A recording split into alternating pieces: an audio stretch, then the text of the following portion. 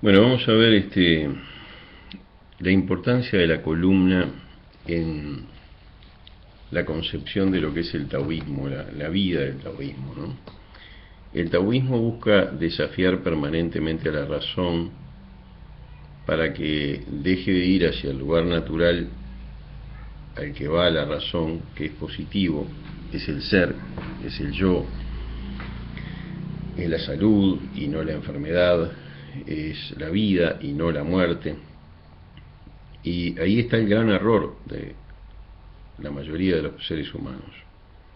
Quien no integra al no ser con el ser no puede llegar jamás a esa experiencia absoluta, una experiencia de muerte y de vacío, donde por ser absoluta no es opuesta a la experiencia de vida y de plenitud, sino que es lo mismo.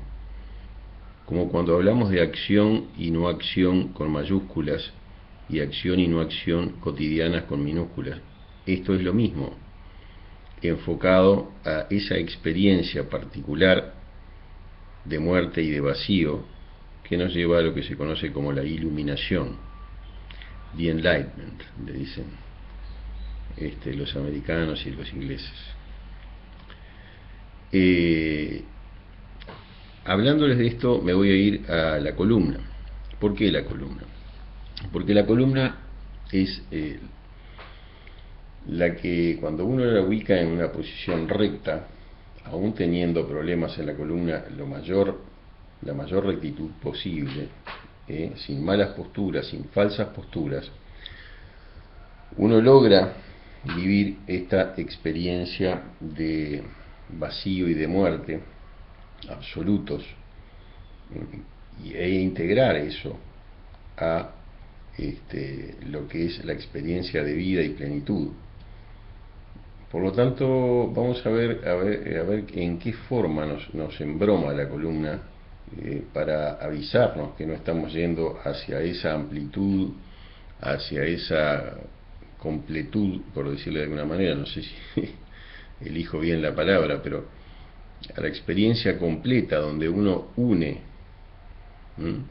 el ser con el no ser, lo positivo con lo negativo, la muerte y el vacío con la vida y la plenitud. La columna tiene 7 vértebras cervicales, 12 vértebras dorsales, 5 lumbares y el sacrocoxis. Son 33 vértebras que hay separadas por discos intervertebrales, y es lo vinculante, es en nuestro universo, que es cuerpo-mente, o sea, cerebro y el resto del cuerpo. La columna tiene una forma de S y cumple esa función de vincular absolutamente todas las partes del universo. Cuando uno logra poner la columna recta, si la mira atravesando la columna, mirando como para ver a través de ella, observa todo lo que los 7 chakras que describen en la cultura de los hindúes, o los 3 dantien que describen los chinos, y puede, utilizando una vista periférica o la vista de la mente, enseñarnos la propia columna a ver la realidad real, esta experiencia que siempre va a ser muy personal. Abran sus cabezas, miren desde fuera de ustedes, desde fuera de todo, desde un punto de referencia externo a las 3 dimensiones.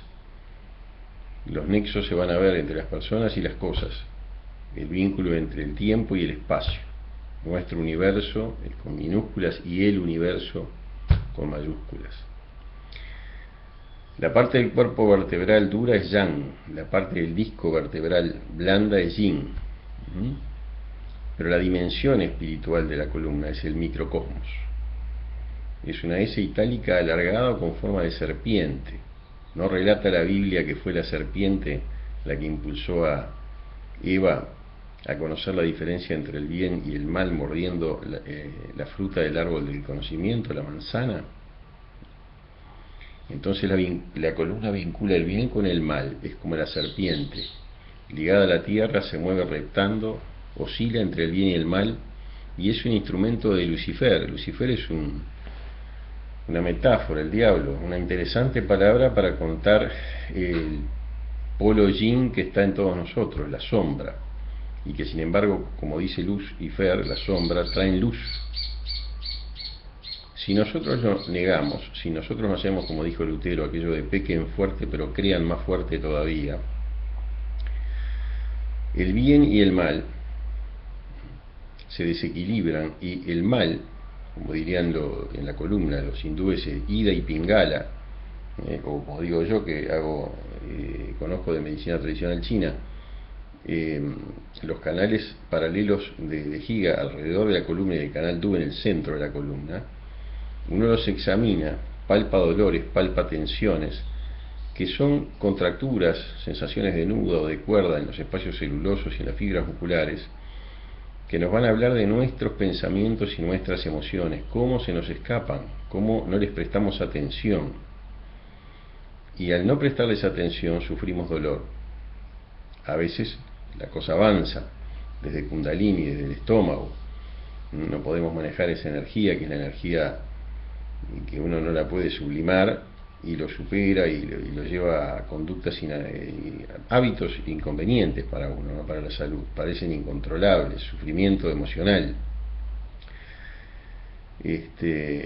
¿Cómo será de cierto esto que, por ejemplo, el símbolo de la medicina, el de la ONU, son helicoidales, se parecen a la columna, el ADN se parece a la columna, es helicoidal también, y ¿qué nos muestran? La circulación de la energía vital en torno a ella, en torno a la columna. Entonces, según el dolor o la lesión que afecten esa movilidad, o que afecten la postura, o que nos obliguen a tomar posturas distintas a nivel de cuello, de garganta, por ejemplo, están la angustia y el miedo. A nivel del Atlas está la unión de la cabeza, razón e intuición, con el corazón, emoción. Por eso cuando los indios fuman la pipa de la paz, separan la mente del corazón y ahí negocian una guerra. Si hay dolores permanentes en el cuello, nos está avisando que hubo rigidez en la educación, que los principios nuestros ya son rígidos, que pueden ser inadecuados para vivir o traumáticos. Cuando se compromete el plexo braquial, la zona central, dorso lumbar de la columna, estamos hablando de desconexiones con la parte sexual, dificultades para canalizar la sexualidad hacia el corazón y hacia la cabeza. Cuando el dolor es en la cabeza o hay cervicalgias que se irradian a brazos, vemos que hay agresividad o dificultades para agarrar y solucionar las cosas. Cuando hay una joroba, uno está soportando cargas exageradas. Cuando la joroba nos obliga a mirar hacia la tierra, quizás le tenemos miedo a lo terrenal, o tenemos problemas para doblegarnos, nos dejamos llevar mucho por el orgullo hasta el nivel de la soberbia. Cuando tenemos una hiperexigencia, que eso es muy malo, o fuimos educados con mucho empuje, en el mal sentido, empuje, esto lo tenés que hacer sí o sí, sufrimos el paro que nos hace el dolor lumbar, porque el dolor lumbar nos deja quietos, tenemos que estar reposando a veces arriba de una tabla. El sacro y el coxis hacen pensar en la maternidad, en lo sagrado, en lo sacro, en la sexualidad, en lo básico, en lo primordial. Entonces me tengo que preguntar, ¿frente a qué no me doblego? ¿Soy humilde? ¿Me dejo humillar? ¿Creo en algo superior? Más vale ir tomando conciencia de estas tensiones y de estos dolores, e ir intentando negociar con ellos, reconocerlos con la atención consciente, con la atención las 24 horas del día, porque durmiendo se despiertan, soñando, anotan el sueño, lo analizan y negocian con todos esos avisos de nuestra mente, que son avisos buenos, como es buena la oscuridad.